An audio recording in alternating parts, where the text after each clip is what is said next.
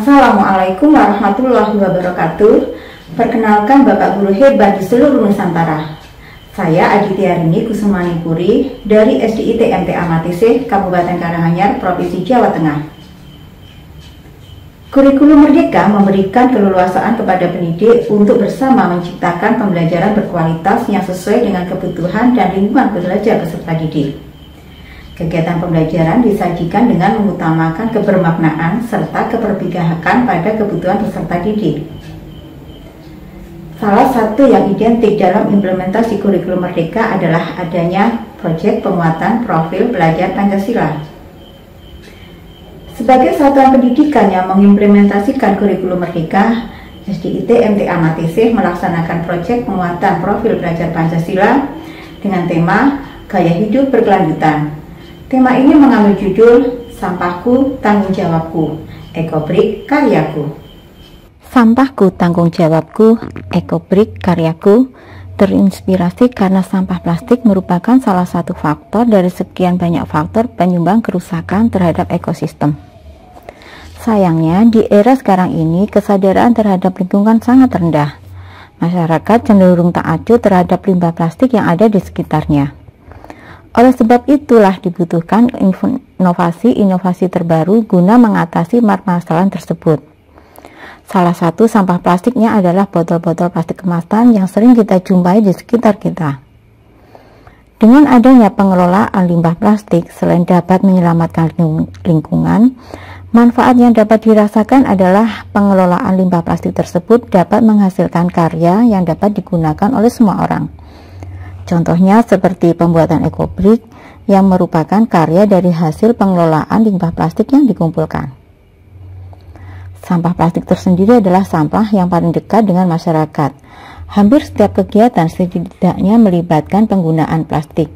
Misalnya ketika membeli minuman atau makanan dalam kemasan yang biasanya menggunakan plastik. Untuk membawanya pun juga menggunakan kantong kresek yang terbuat dari plastik. Hal tersebut adalah sebagian kecil contoh sehari-hari penggunaan plastik dalam kehidupan manusia. Kebiasaan yang menimbulkan tingginya angka plastik dikarenakan plastik tersebut hanya bersifat sekali pakai lalu dibuang. Lingkungan di sekolah masih kurang memperhatikan sampah yang berserakan. Padahal sampah itu sendiri masih bisa dikelola dengan baik dan akan lebih bermanfaat lagi bagi lingkungan. Permasalahan di lingkungan sekolah yang sering terjadi diantaranya lingkungan yang kotor, sampah yang berserakan, yang mana dilihat dari lingkungan sekolah di SDIT MTA Matise masih ada sampah yang dibiarkan begitu saja. Padahal sampah ini bisa kita manfaatkan. Kegiatan ini dilakukan dalam rangka menanamkan sikap kepedulian terhadap ancaman pencemaran lingkungan yang diakibatkan oleh sampah plastik. Diharapkan dengan dilaksanakannya proyek ini dapat mencapai dimensi-dimensi pelajar Pancasila, yaitu beriman bertakwa kepada Tuhan Yang Maha Esa dan akhlak mulia, kreatif, dan bergotong royong. Proses membuat ekobrik agar dapat dimanfaatkan memang tidak sebentar. Dibutuhkan waktu dan materi plastik yang tidak sedikit.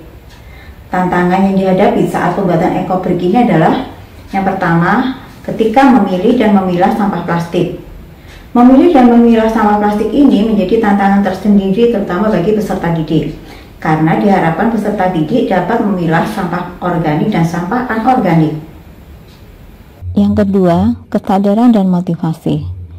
Untuk membuat ekobrik juga memerlukan rasa memiliki kesadaran yang tinggi terhadap kelangsungan hidup lingkungan dan juga memiliki motivasi untuk bekerja sama.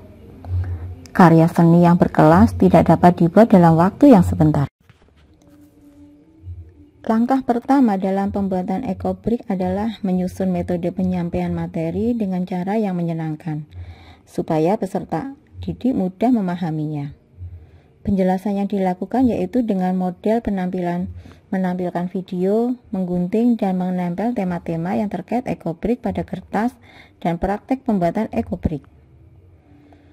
1 minggu sebelum pelaksanaan pembuatan ekobrik ini, pertama dilakukan pengenalan tentang latar belakang mengapa harus membuat ekobrik. Materi disampaikan dengan metode video dan permainan menggunting dan menempel gambar. minggu berikutnya mulai dilakukan pelatihan proses awal pembuatan ekobrik dengan mencoba mengisi botol air mineral bekas dengan sampah-sampah plastik yang sudah dikumpulkan. Dan pada 2 minggu berikutnya dilakukan pendampingan untuk menyelesaikan proyek ekobrik ini. Diawali dengan pengenalan sampah plastik dan bahayanya bagi tubuh manusia maupun lingkungan. Pengelolaan sampah menggunakan metode ekobrik ini tergolong mudah, dan bahan yang diperlukannya berupa sampah plastik pun juga mudah didapat. Sampah plastik dipilah menjadi 2, sampah halus seperti plastik kresek dan sampah kasar seperti pembungkus makanan, plastik minyak goreng, mie instan, dan lain sebagainya. Agar dapat digunakan, sampah-sampah ini dibersihkan dari sisa-sisa bahan makanan seperti minyak dan sabun, kemudian dikeringkan. Selain kedua sampah tersebut, siapkan juga botol plastik bekas air mineral yang telah dibersihkan dan dikeringkan untuk media. Alat-alat yang diperlukan adalah gunting dan bambu ukuran kira-kira 2 x 40 cm untuk memadatkan sampah plastik di dalam botol. Cara pengolahannya dimulai dari merobek sampah halus dengan warna yang sama, kemudian dimasukkan ke dalam botol dan dipadatkan menggunakan bambu hingga benar-benar padat. Lapisan ini dijadikan sebagai lapisan dasar. Setelah sampah halus menjadi padat, lanjutkan dengan sampah kasar. Potong kecil sampah kasar menggunakan gunting. Setelah itu, masukkan potongan tersebut ke dalam botol dan padatkan kembali hingga botol penuh. Untuk membuat bangku kecil diperlukan minimal 8 botol dengan merek yang sama. Pertanyaan refleksi. Hari ini aku belajar tentang hal yang baru aku tahu, perasaanku saat menjalani kegiatan. Sesudah ini aku ingin belajar. Lembar refleksi ini diisi oleh peserta didik. Melalui kegiatan proyek ini, peserta didik nampak antusias dalam mengikuti kegiatan pembuatan ekobrik di SDIT MT Amatise.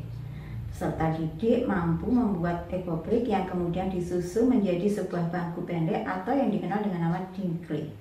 Terima kasih kepada guru saya yang telah memberikan pengetahuan tentang pemanfaatan barang bekas menjadi barang berguna dalam tema gaya hidup berkelanjutan. Saya dan teman-teman sangat senang karena bisa berkolaborasi dengan teman dalam proyek ini. Sebagian sampah didaur ulang, sebagian berakhir di tempat yang seharusnya tidak berakhir. Kita semua penghasil sampah plastik. Itu berarti kita semua bertanggung jawab mendaur ulang sampah. Belajarlah mencintai alam karena sama halnya menjaga milik Tuhan.